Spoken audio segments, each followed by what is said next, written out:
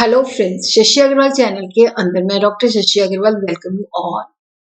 आज का जो हमारा सब्जेक्ट है that is the entrepreneurship and governance, और जिसके अंदर we are going to understand the elements of the conceptual framework of corporate governance and principles of the corporate governance. Previous video के अंदर हम लोगों ने अंडरस्टैंड किया था कॉर्पोरेट गवर्नेंस का मतलब क्या है, उसके फीचर्स क्या हैं। तो ये जो टॉपिक्स है ये सेकेंड यूनिट के अंदर है। अगर आपको मेरा ये एफर्ट सही लगता है तो डू लाइक माय वीडियो, इसको शेयर कीजिए, कमेंट कीजिए, लाइक कीजिए और मेरे चैनल शशि अग्रवाल को सब्सक्राइब कीजिए। So this is my app Edusum app, जो कि रेलेवेंट है for the student of commerce, economics and management. काफी सारा फ्री स्टडी मटेरियल और काफी सारे फ्री मॉक टेस्ट प्रोवाइड करती है, और उसी तरह काफी सारे कस्टमाइज्ड एंड स्ट्रक्चर कोर्सेज यहाँ पे अवेलेबल है। तो एंटरप्रेन्योरशिप एंड गवर्नेंस का भी कस्टमाइज एंड स्ट्रक्चर कोर्स यहाँ पे अवेलेबल है। तो सबसे पहले we are going to have a brief कि कॉर्पोरेट गवर्नेंस क्या होती है। कॉर्पोरेट गवर्नेंस का मतलब होता है कि जो हमारी ऑर्गेनाइजेशन है, जो भी इसके ऊपर लेजिस्लेशन एप्लीकेबल्स हैं, वो सब हम फॉलो करते हैं, और उसी तरह जो कोड ऑफ कंडक्ट है उसको भी हम फॉलो करते हैं, अपनी सोशल रिस्पॉन्सिबिलिटी को भी हम परफॉर्म करते हैं। कॉर्पोरेट गवर्नेंस जो है कंटिन्यूस प्रोसेस है, जिसके अंदर हम ऑर्गेनाइजेशन को जब रन करते हैं तो बेस्ट मैनेजमेंट प्रैक्टिसेस अडॉप्ट करते हैं, लॉ को फॉलो करते हैं, एथिकल स्टैंडर्ड्स को फॉलो करते हैं, और जो भी हमारी स्टेक होल्डर्स के प्रति रिस्पॉन्सिबिलिटीज होती हैं उनको हम पूरा करते हैं, और जो कॉर्पोरेट सोशल रिस्पॉन्सिबिलिटीज होती हैं उसको भी हम परफॉर्म करते हैं। कॉर्पोरेट गवर्नेंस प्रिंसिपल जो है ट्रांसपेरेंसी के, जो डिस्क्लोजर होने चाहिए सिग्निफिकेंट और रेलेवेंट चीजों के, कोई भी चीज हिडन नहीं होनी चाहिए, फेयरनेस होनी चाहिए, किसी के साथ कोई डिस्क्रिमिनेशन नहीं है, और बोर्ड ऑफ डायरेक्टर जो है they are accountable to the shareholder. उसी तरह क्या है कि जो स्टेक होल्डर्स हैं उनके राइट्स की, उनके इंटरेस्ट की प्रोटेक्शन करना, और उसी तरह जो डिसीजन मेकिंग है उसके अंदर पर्सनल इंटरेस्ट नहीं होना चाहिए, बायसनेस नहीं होनी चाहिए। तो now we are going to have a just look at the principles: sustainable development, effective management, discharge of social responsibility, best management practices, legislation, adherence to the financial and operational reporting. One by one we are going to understand sustainable development of all stakeholder। इसका मतलब है कि जो मतलब कि company को हमें इस तरह से रन करना है कि जो सारे स्टेक होल्डर्स हैं उनकी सस्टेनेबल डेवलपमेंट जो है कंटिन्यूस बेसिस पे होनी चाहिए। इफेक्टिव मैनेजमेंट होनी चाहिए। इफेक्टिव मैनेजमेंट का मतलब है कि देखो, जैसे ऑर्गेनाइजेशन जो है एथिकल वे से जो है बेस्ट प्रैक्टिसेस अडॉप्ट करती है, मैक्सिमम वेल्थ जनरेट करती है, और जो वेल्थ जनरेट होती है उसकी प्रॉपर यूटिलाइजेशन करती है ताकि सभी स्टेक होल्डर को उसका बेनिफिट हो। और उसी तरह जो सोसाइटी के प्रति उसकी रिस्पॉन्सिबिलिटी बनती है उसको भी जो है वो एग्जीक्यूट करती है, जो भी एक्शन लेती है देखती है उसका सोसाइटी के ऊपर क्या है। तो इस तरह से एक्शन प्लान करती है कि सोसाइटी की रिस्पॉन्सिबिलिटीज को वो सही तरीके से डिस्चार्ज कर सके। और बेस्ट मैनेजमेंट प्रैक्टिसेस अडॉप्ट करती है, जिसके अंदर वो देखती है कि ऑर्गेनाइजेशन के क्लियर कट ऑब्जेक्टिव होने चाहिए, एथिकल फ्रेमवर्क के अंदर काम होना चाहिए, और सुटेबल प्रोसेस होना चाहिए, ज्यादा से ज्यादा डिस्क्लोजर होने चाहिए, साउंड बिजनेस प्लानिंग है, और there should be proper responsibility और अकाउंटेबिलिटी के अंदर मतलब क्लियर कट डिफरेंस होना चाहिए कि कौन अकाउंटेबल है, क्या रिस्पॉन्सिबिलिटी है, क्या अथॉरिटी है, और रिस्क को किस तरह से हमने मैनेज करना है। तो साउंड जो है पॉलिसी अडॉप्ट करनी है, और ये भी देखना है कि जो लेजिस्लेशन हमारी ऑर्गेनाइजेशन के ऊपर एप्लीकेबल है उनके मुताबिक काम होना चाहिए, और क्लियर कट अंडरस्टैंडिंग होनी चाहिए ताकि जो लेजिस्लेशन हमारे ऊपर एप्लीकेबल है उसको हम सही ढंग से इंटरप्रेट कर सके और सही ढंग से उसके फ्रेमवर्क के अंदर काम कर सके।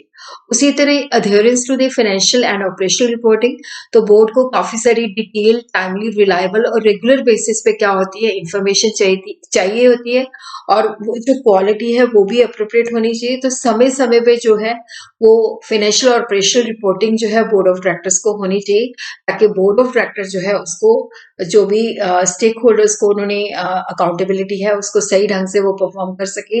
और जैसे गवर्नमेंट्स के पास भी उन्होंने जो है काफी सारी रिटर्न्स फाइल करनी होती है ताकि वो समय से उसको फाइल कर सके। So what are the elements of the conceptual framework of corporate governance, role and power of the board? तो यहाँ पे क्या है कि जो बोर्ड ऑफ डायरेक्टर्स हैं जो चीफ एग्जीक्यूटिव ऑफिसर है, चेयरमैन है, तो वहाँ पे क्लियर कट मतलब पता होना चाहिए कि बोर्ड ऑफ डायरेक्टर्स की ये पावर है, ये रूल एंड रिस्पॉन्सिबिलिटी है। क्योंकि बोर्ड जो है उसने कंपनी को रन करना है, he is the main functionary primary responsible for the management of the organisation.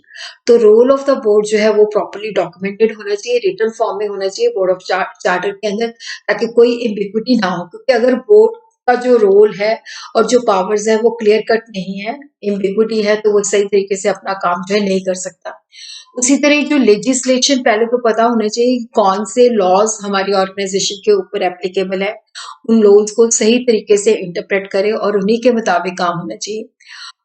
और उसी तरह मैनेजमेंट एंड एनवायरनमेंट के अंदर क्या है कि क्लियर कट ऑब्जेक्टिव सेट होने चाहिए, एथिकल फ्रेमवर्क होना चाहिए, ट्रांसपेरेंसी होनी चाहिए, और जो राइट पर्सन है वो ही सिलेक्ट होने चाहिए काम करने के लिए, और राइट प्रैक्टिसेस जो है अडॉप्ट होनी चाहिए।